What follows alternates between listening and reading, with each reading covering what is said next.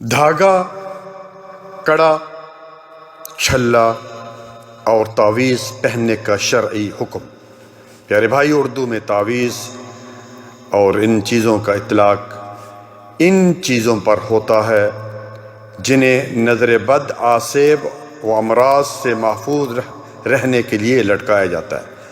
اللہ سبحانہ و تعالیٰ کا فرمان سورۃ الانعام 7واں پارہ اور آیت نمبر 17، وَإِن يَمْسَسْكَ اللَّهُ بِضُرٍّ فَلَا كَاشِفَ لَهُ إِلَّا هُوَ وَإِن يَمْسَسْكَ بِخَيْرٍ فَهُوَ عَلَى كُلِّ شَيْءٍ قَدِيرٌ، کہ اگر تجھ کو اللہ سبحانہ و تعالیٰ کوئی تکلیف پہنچائے تو اس کا دور کرنے والا اللہ کے سوا اور کوئی نہیں، اور اگر تجھ کو اللہ تعالیٰ کوئی نفع پہنچائے تو وہ ہر چیز پر پوری قدرت رکھتا ہے۔ معزز سامعین کرام، مسند احمد اور حاکم میں یہ روایت موجود ہے، رسول اللہ صلی اللہ علیہ وآلہ وسلم نے فرمایا، من علق شیئا وکل علیہ، کہ جس نے بھی کوئی چیز لٹکائی اسے اسی کے سپرد کر دیا جاتا ہے، یعنی کوئی دھاگا باندھا یا کوئی کڑا پہنا تو اسی کے حوالے کر دی جاتا ہے۔ دوسری حدیث جو کہ مسند احمد میں ہے، نبی صلی اللہ علیہ وآلہ وسلم نے فرمایا، من علق تمیمتا فقد اشرک، کہ جس نے جو ہے وہ تعویذ پہنا اس نے شرک کیا۔ تیسری حدیث اس ضمن میں کائنات کے امام جناب محمد رسول اللہ صلی اللہ علیہ وآلہ وسلم نے فرمایا کہ جس نے تمیمہ لٹکایا اللہ تعالیٰ اس کا کوئی کام پورا نہ کرے۔ مسند احمد حدیث نمبر 17404 اور مستدرک حاکم حدیث نمبر 41714۔ چوتھی حدیث اس ضمن میں سیدنا عمران بن حسین رضی اللہ تعالیٰ عنہ اس حدیث کے راوی ہیں، رسول اللہ صلی اللہ علیہ وآلہ وسلم نے ایک آدمی کے ہاتھ میں تانبے کا چھلا دیکھا، فرمایا یہ کیا ہے؟ اس نے جواب دیا، ریا، یعنی کسی بیماری کی وجہ سے میں نے پہن رکھا ہے۔ تو آپ صلی اللہ علیہ وآلہ وسلم نے فرمایا اسے نکال دو، کیونکہ یہ تیری بیماری کو زیادہ کرے گا، اور اگر اسی حال میں مر گئے کہ یہ تمہارے جسم پر رہا تو کبھی کامیاب نہیں ہو سکتے۔ مسند احمد۔ اور پیارے بھائیو، کامیاب کون ہے؟ قرآن کریم میں اللہ تعالیٰ نے کیا فرمایا؟ فَمَنْ زُحْزِحَ عَنِ النَّارِ وَأُدْخِلَ الْجَنَّةَ فَقَدْ فَازَ، جو جہنم کی آگ سے بچ گیا اور جنت میں چلا گیا یہ کامیاب ہو گیا۔ ایک بات مجھے یاد آ گئی، کئی نوجوان لڑکوں کو میں نے دیکھا، انہوں نے چھلا اور جنہوں نے یہ کالا دھاگا اور اسی طرح کوئی اس طرح چیزیں پہنی تھی، تو میں نے ان کو کہا، تو انہوں نے کہا کہ ہم نے یہ کسی بیماری کی وجہ سے نہیں پہنا ہوا۔ تو پیارے بھائیو، اگر بیماری کی وجہ سے نہیں پہنا ہوا پھر بھی معاملہ بڑا خطرناک ہے۔ رسول اللہ صلی اللہ علیہ وآلہ وسلم نے فرمایا، من تشبہ بقوم فہو منہم، جس نے کسی قوم کی مشابہت کی، نقل کی، انہی میں سے ہوگا۔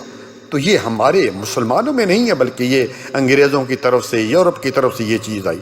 پانچویں حدیث جس کے راوی حضرت عقبہ بن عامر جہنی ہیں، روایت کرتے ہیں کہ رسول اللہ صلی اللہ علیہ وآلہ وسلم کے پاس 10 آدمی بیعت کرنے کے لیے آئے، 9 آدمیوں کی آپ صلی اللہ علیہ وآلہ وسلم نے بیعت کی، ایک کو چھوڑ دیا۔ لوگوں نے پوچھا، یا رسول اللہ، سب کہیں صلی اللہ علیہ وسلم، آپ نے اس سے بیعت کیوں نہیں کی؟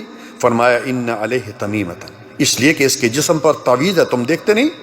اس شخص نے پھر اپنا ہاتھ اندر داخل کر کے تعویذ کو کاٹ دیا، تو پھر آپ صلی اللہ علیہ وآلہ وسلم نے جو ہے وہ بیعت لی، اور فرمایا، من علق تمیمۃ فقد اشرک، جس نے گلے میں جس نے کوئی تعویذ لٹکایا اس نے شرک کیا۔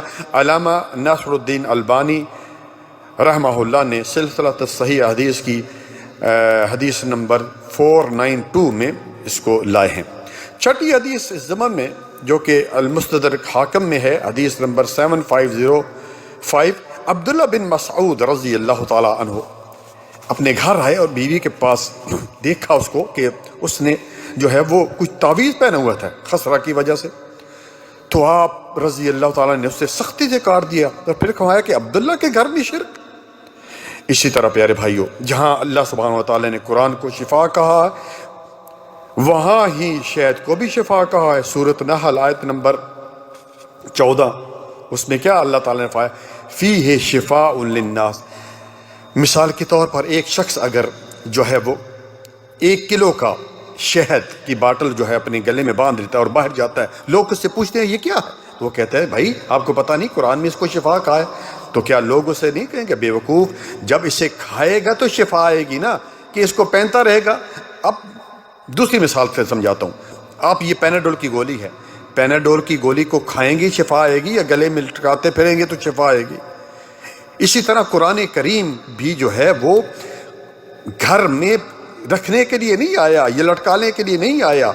اس لیے تو آپ صلی اللہ علیہ وآلہ وسلم نے کیا فرمایا کہ جو شخص سورۃ بقرہ کو پڑھتا ہے اس کے گھر سے شیطان بھاگ جاتا ہے. اور آپ صلی اللہ علیہ وآلہ وسلم نے کیا فرمایا؟ من قرأ حرفا من کتاب اللہ فلہ بہا حسنہ. جو شخص قرآن کریم کا ایک لفظ پڑھتا ہے اس کو 10 نیکیاں ملتی ہیں. تو قرآن کریم پڑھنے کے لیے آیا ہے. شفا جو ہے وہ شہد کو کھائیں گے تو شفا آئے گی. اسی طرح پیارے بھائیو، مسلم میں شریف میں ہے کہ سیدنا ابو ہریرہ رضی اللہ تعالیٰ عنہ اس حدیث کے راوی ہیں، نبی صلی اللہ علیہ وسلم نے فرمایا کہ ہر نبی کے لیے ایک مقبول دعا ہے، اور ہر نبی نے اپنی اپنی دعائیں مانگ چکے ہیں، یعنی ہر نبی اپنی دعا مانگ چکے ہیں، اور میں نے اپنی دعا قیامت کے دن اپنی امت کی شفاعت کے لیے بچا رکھی ہے. سبحان اللہ، فداک یا رسول اللہ صلی اللہ علیہ وسلم، امی و ابی، میرے والدین آپ پر قربان ہوں.